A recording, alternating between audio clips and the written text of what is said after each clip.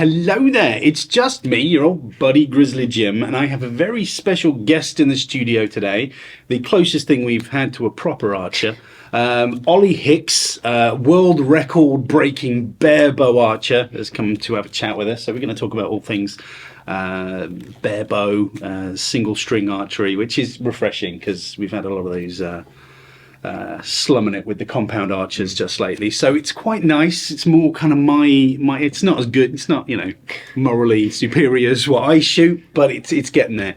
So Ollie, I've got some, do you know what, I'm going on holiday like next week's in holiday mode, so if you want to just interview yourself, I'll just sit here and think about, you know, my holiday. What do you like about barebow? I like barebow because it's the best form of archery. It's a form of archery. It's not necessarily the best, but yeah. So what? How did you, like? Let's start at the beginning. How did you pick up a bow? Like what got you into shooting barebow to start with? So I started with the local scout group. They quite big on archery, so they did a couple of courses on it, and then I nagged my parents to join a proper archery club. Yeah. Where's that? Where's your club? What's your... Bowman of Warfield in Binfield. Okay. I don't know where that is. That's southish? Yeah, sort of near Reading. Reading. That's south, isn't it? Reading, south. So, okay. So it's amazing how many people we've had in here that have got into archery through the Scouts. So that they're obviously doing something right with the Scouting movement. So, but that Scout club, Scout group has now actually got a AGB registered club that goes along. Oh, so it's evolved into its own. Yeah, that's pretty cool. So they've got I think it's like Fridays and Saturday. It's where they go and shoot, either in the Scout hut or at the local field. Excellent. And did you start with barebow? Is that how you? So that's the only thing you've known, or in Scouts, barebow was the only real thing. Sort of no one put a sight on barebow with the Scouts. Most of it was have a go, which was barebow, and then when they did I think they called it a Master at Arms course, you begin and you just shoot barebow for the entire way through. Yeah. Okay, so you went through the Scouts, joined a club, and then how long have you been shooting for? You're 17 now, right? So I'm 17 now. I got my first bow in end of 2019. 2019. So that's 5 years. Yeah. You've been shooting for 5 years. Yeah. And you've broken a world record. Yeah. What's going on with people today? Like everyone we've had in here has achieved something amazing, having only shot for like a few years. That's incredible. Yeah, so I think ironically the COVID lockdown actually helped because there was not much else I could do. So I just ended up shooting when the clubs reopened, because they were one of the first things that opened. Yeah. I just went and I was down there as much as I could nag my mum to let me be down there. Just to do something. Just sheer boredom. And the Count Berkshire, you got open records and you've got competition records, so you're able to shoot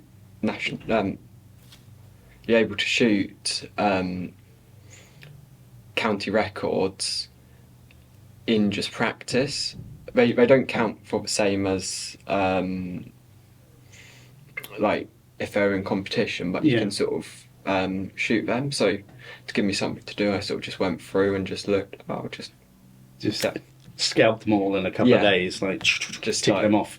So I did that all summer, and then that was still there was no competitions, and then when competitions started back up, probably when would that have been? 2021? Something like that, I think. I did 21.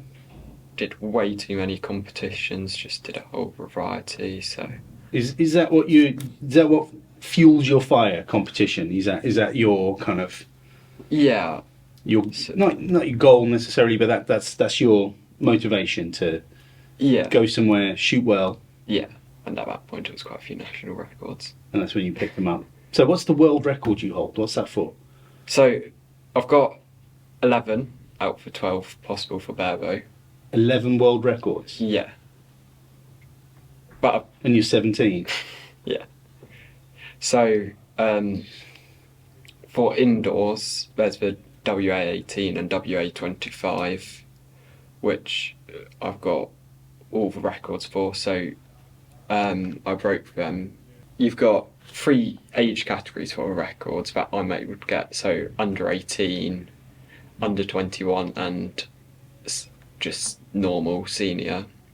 So they're under 18 world records, or are they senior world records as well? So there's 4 different rounds you can get records for. Yeah. Got all of them in the June, like under 18 and under 21. There's just one in the senior that I'm missing. Which one's that? Double WA50. So Okay. How close are you? I'm able to shoot a single round at the level I need for it. But you got to do it But twice. it's a double WA50 is 144 arrows, and it takes all day. Yeah. So it's just it's quite tiring. So it's hard to maintain concentration, particularly when you know you're on for a record or something. Yeah. Through the entire day. Can you get in your own head a little bit? Yeah. Kinda... So the highest I've got is 1296. Yeah. And the record is 1328. So you're getting there. That's yeah. Oh well, I know what you're doing this evening. Get down the club, because you shoot some odd times, don't you? You showed me a picture earlier of you shooting. Yeah. Sort of, So like, in the mist and the night and. Yeah, I normally shoot whenever I'm able to. Yeah. So during the winter, it's often down at the club with floodlights, sort of just to get practice in, because I've got school from like 9 till 3, so can't shoot during that time, which is when it's daylight. Yeah. Winter, so I just try and make time to squeeze it in when you can. Squeeze it in when I can. So how often do you kind of shoot? Like, what's your kind of regimen when you go shooting? Do you set yourself like, I'm going to shoot every day after school, or do you take days off? Like, what's your schedule like? I shoot most days, so shoot when I can and how long I feel like. So some days I'll shoot longer, some days I'll shoot less time, and it all depends how I'm feeling, or just what I've got coming up. So if I've got a field competition coming up, I'll spend a lot of time checking my bows nicely tuned, so the arrows are hitting the middle at all the distances, and then also getting crawls for my tab, and then checking them and checking them again. So it all depends what I've got coming up. So you are you're a string walker. Yes. Is that correct? So do you want to just explain a little bit what string walking is, and just for the layman's out there? Yeah. So for anyone that doesn't know, in simple terms, string walking is changing where you hook the string to change the sort of angle of the arrow, so you can aim in the same place for all targets, no matter the distance. You'll just vary how far down the string you are for. So it's kind of like, I suppose in a way, it's kind of like a sight, but it's back. Yeah. Your hand. So you're moving your hand rather than a little pin at the front. Yeah. So if you do it well, it can almost be just as accurate, because if you're really precise with where your mark is and then moving it to the same place every time, it can be almost, I think, just as precise as a sight. Yeah. Well, I mean, I'm like it's no mystery or secret that I'm the superior sort of form of archery, an instinctive archer. But string walking has always made more sense to me than gap shooting. Yeah. Because at least with string walking, you're aiming at what it is you're trying to hit. Yeah. With gap shooting, we'll do another video on gap shooting and string walking and stuff at some point. But gap shooting, you aim at a point off the target, and that it doesn't work for me. Yeah. It's like, okay, I'm trying to shoot that. That's what I'm going to try and shoot. I don't want to shoot 6 inches below a twig on the ground or something. So yeah, string walking is always, made more sense to me. And I did try it a while back. I think this might have been over COVID actually, when the clubs, it was either just before they shut or just after they open again. I can't remember. But I thought I'd try and do a Portsmouth, and I tried it. I tried string walking, and it frightened me, Ollie. Sort of how accurate it was. It wasn't fun for me, but it was good. You know, it's an accurate way of shooting. Yeah. And like you say, it makes sense to me. So yeah, I can get on board with that. I mean, but gap shooting is, I mean, some of my best friends are gap shooters. Don't get me wrong.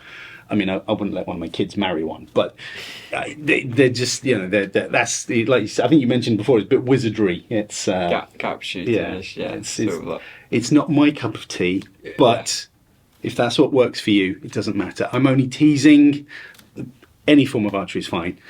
I know some very good gap shooters that can shoot like practically just as well as a string walker. I've had my ass kicked by a few gap shooters, to be fair. Yeah. But yeah, I mean, let's talk about barebow for a minute, because you know, barebow is for best bow style. It's a bow style, but it's a huge bow style at the moment. It's gained in popularity so much over the past few years. I mean, when I was early 90s, I used to shoot recurve, Olympic style recurve. I really did enjoy it. So I took my sight off my bow and shot it, quote unquote, barebow. I mean, there was no stabilization or anything. It was just literally a bare bow, nothing on it whatsoever. And people at my club were horrified. Oh, you can't do that. What are you doing? Oh. And I had fun with it. I was shooting instinctively, because that's all I really knew how to do. I didn't really do any sort of method. But as soon as I did that, it kind of awoken something in me, and I thought, there's something here. It just felt so freeing to be able to do. But going back to actual barebow, it's huge, and there are dedicated barebow competitions now. There are, like I say, world records being set. There are. It's a huge category now, and I like to see it, because for years it was just recurve, compound. You had the trad guys sort of, you know, getting drunk in the back somewhere. But then there's this kind of bridging class of barebow, which is sort of seems to be taking the world by storm. There are podcasts on it now. There are dedicated YouTube channels to it. But I mean, growing up, getting out into archery, there was nothing. Like, a couple of weird DVDs or something, or not even DVD, VHSs that. What are they? Sorry? What are VHSs? What? You don't know what VHS is? Are you taking the mickey, Ollie? Do you not? Are you serious? Do you not know what a VHS is? Is it some like tape thing? It's a tape thing, Ollie. We are doomed as a species if this is the future. That's all I'm saying. What are you, Gen Z? Is that what they call you? I don't know what any of that stuff is. We are doomed. VHS, it's a tape. It's like a video tape. Tape which has a video on it. Yeah. Does it have sound? It might have even been a Betamax. I don't know. It does have sound. Oh, Ollie. Does it have sound? Was it in colour? Some of it wasn't, actually, because it was an old Fred Bear video, so joke's on you. But yeah, that's all I had, was just, but now, like you growing up in the digital age, you had access to these kind of things. Yeah. It was there for you to drink in and enjoy. And did you get inspiration from that? Did that help, or did you very much just find your own way with things? In terms of sort of learning to string walk, one of the coaches at the club was, what he got me to do, and a couple of other people, was, we were gap shooting at the time, so he got us to gap shoot and plot where the arrows went, string walk, and then plot where the arrows went. Yeah. And what he taught us how to string walk, and what we all found was that our groups were much tighter when we were string walking. Yeah. So that sort of then taught me how to string walk.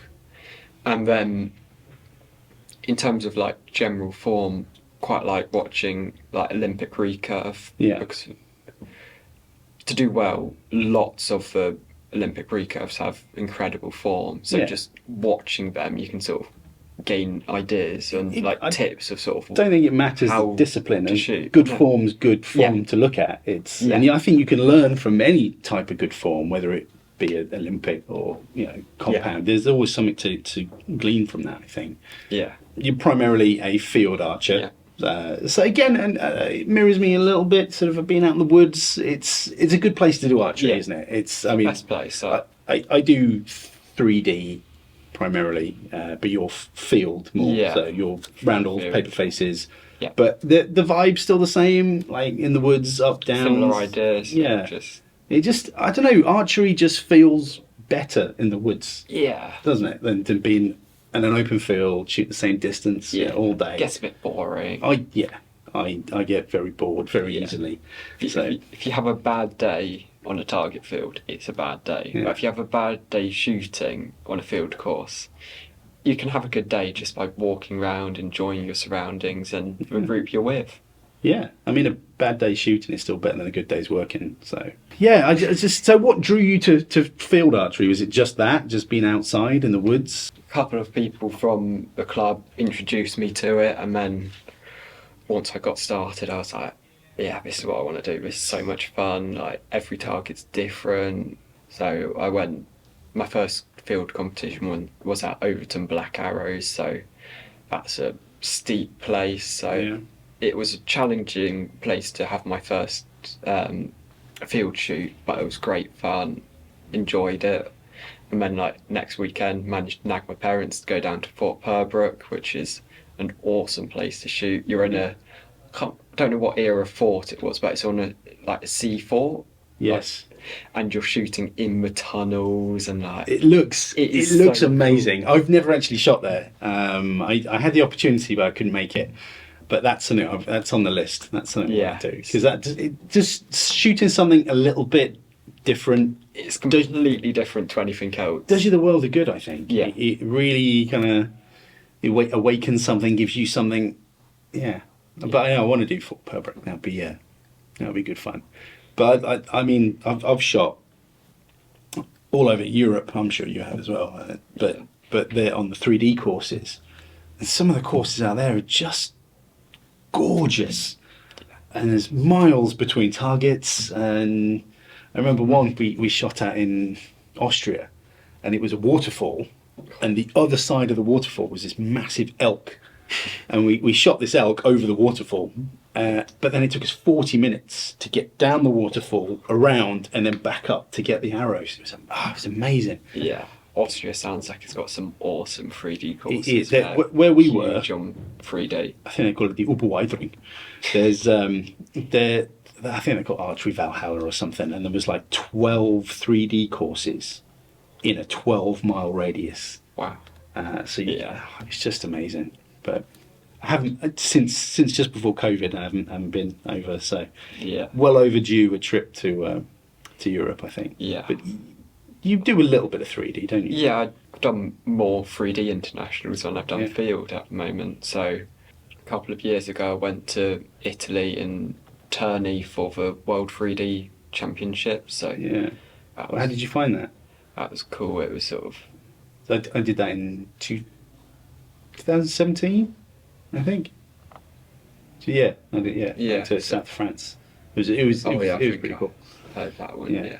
So it was just a really nice place to shoot. It was lovely weather, a bit warm. But that was fine. It's better Yeah. than being too cold. Yeah. And the courses were just incredible, and it was just a great experience seeing all the other archers. Like with 3D, you've got trad. It used to be Barebow. called Instinctive, but they Yeah, so changed it. changed it to It was a confusing name, to be Yeah. fair.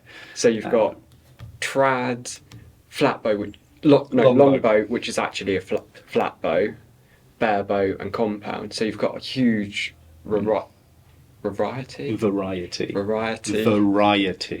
of He can Like- shoot a bow, but he can't talk properly. of different archers. So Yeah. you've got the compounds, which are just like hitting the 11s all Yeah. the time. It must be boring, right? And then you've got the flat bows, which are just having fun, just like happy Yeah. when they hit the 8 or something. And Hey, Hey, longbow can be accurate. Yeah. Just Yeah. careful, they'll come for you. They will come for you, Ollie. They won't. Well, they might do. They're too nice, right? Eventually. But yeah, but whenever you get a group of people that are there kind of all on the same sort of page, Yeah. it's always a good atmosphere. It's always a good event.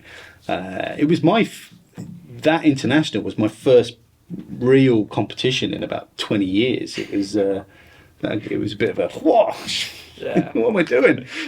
But yeah, like, how did you do? Did you win?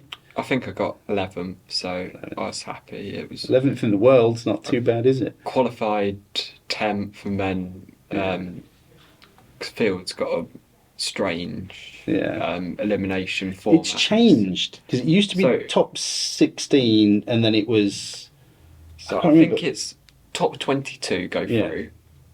Top 2, they get put into the semis, and then the rest of the archers, so you've got 20, so they're put into 4 pools. Yeah. And then the bottom 2 archers in each pool shoot against each other, and it's a winner stays on format for each of the pools. Yeah.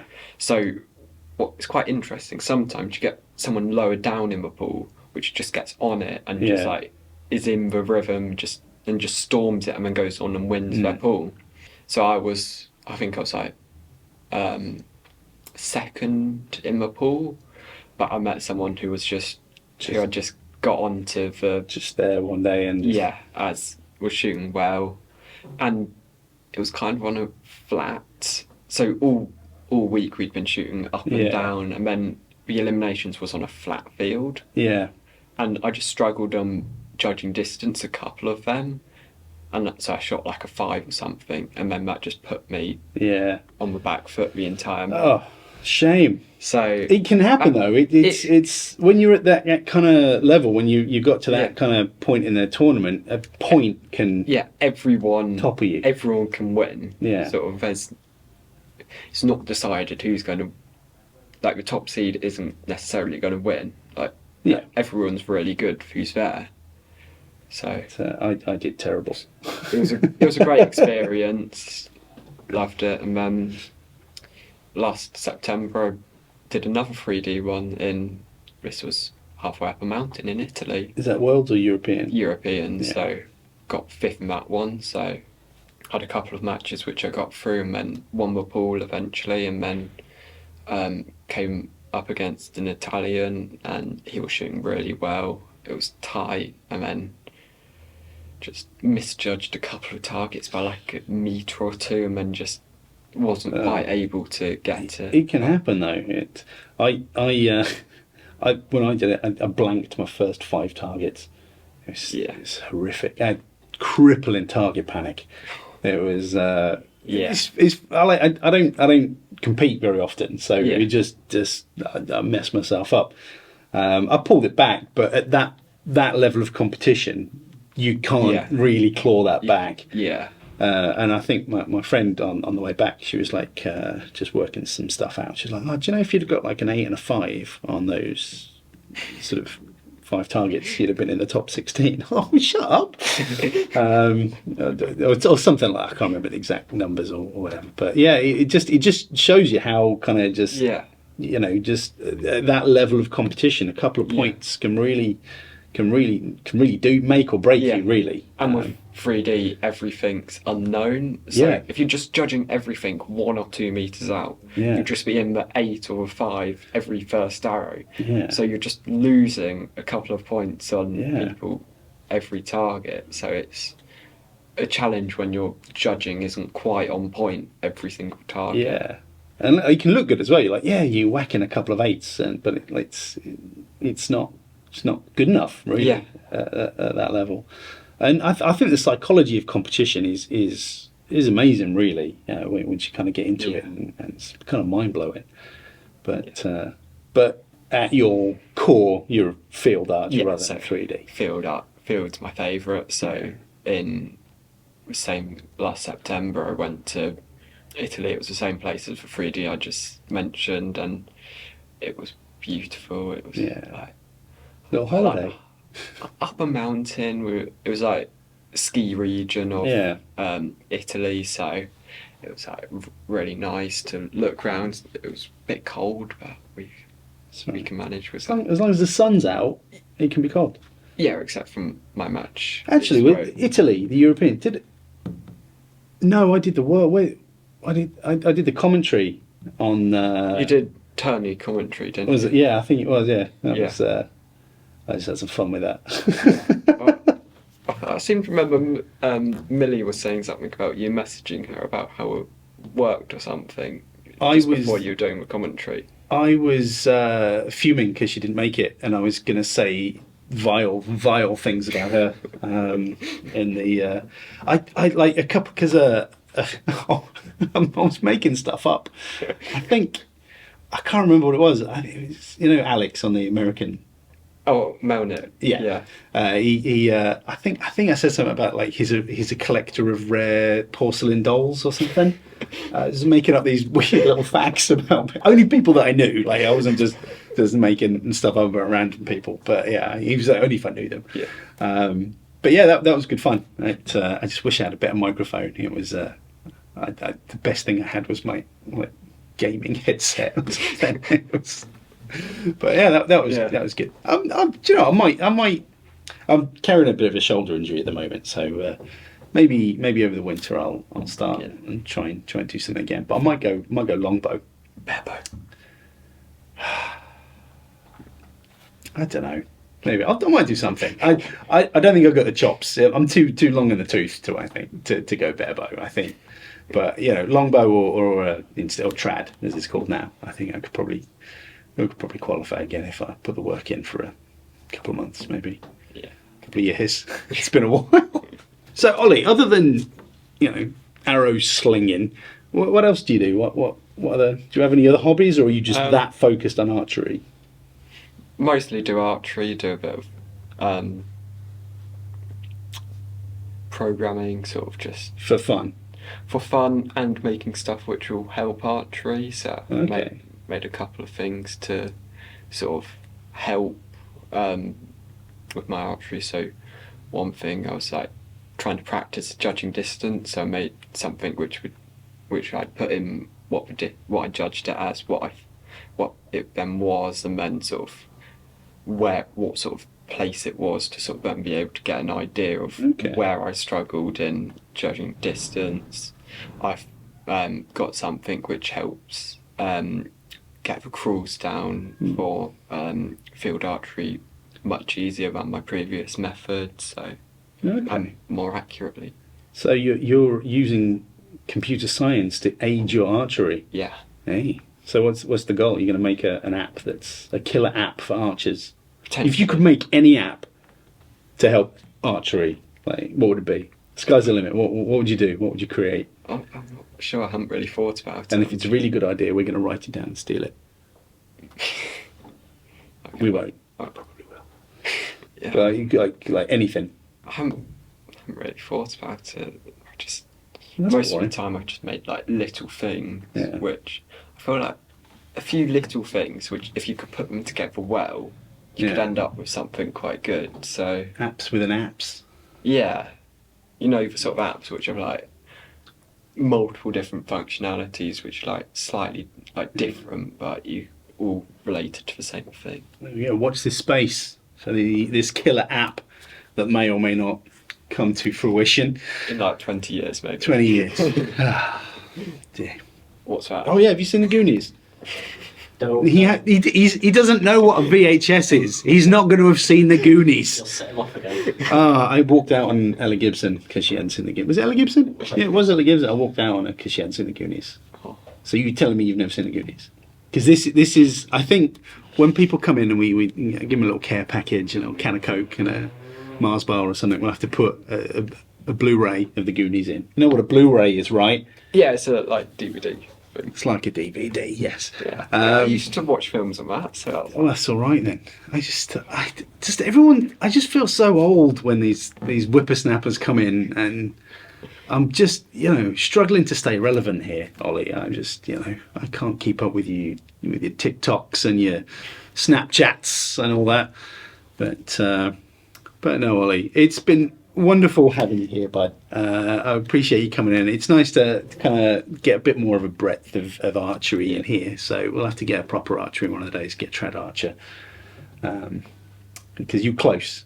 You come close to it, Ollie. Yeah. But I jest, obviously.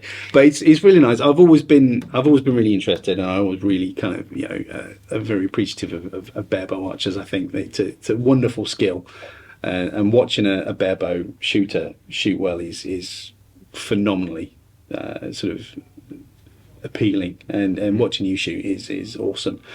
So, Ollie, thanks so much for coming in, bud. Thank you. We wish you absolutely the best, because I think you're going to go places. I think you're only going to keep getting bigger and stronger and breaking more records and making me look worse and older. And so yeah, cheers for that, bud. But everybody, Ollie Hicks, thank you very much for coming in. Thanks for having me. Well, didn't really have a choice. But saying that, he did bring in baked goods. So that's we've had Susan call us. She brought in some baked goods. Ollie's brought in baked goods. Ella didn't. Patience didn't. So if you want to be on this show, you know what you got to do. Yeah. But Ollie, cheers, bud. It's good to see you again. And coming in again. You know, you're always welcome if you want to come and chat archery again. Yeah, it's an awesome place here. So It is, isn't it? It's pretty good. yeah. It's lost its not luster, but you know I see it every day, so it's. But anyway, I've been Grizzly Jim. You take care. You shoot straight, and I will see you again on the internet. Bye bye. And then I don't know. We could just do that thing where we just pretend to talk as it fades out, like in the news. Or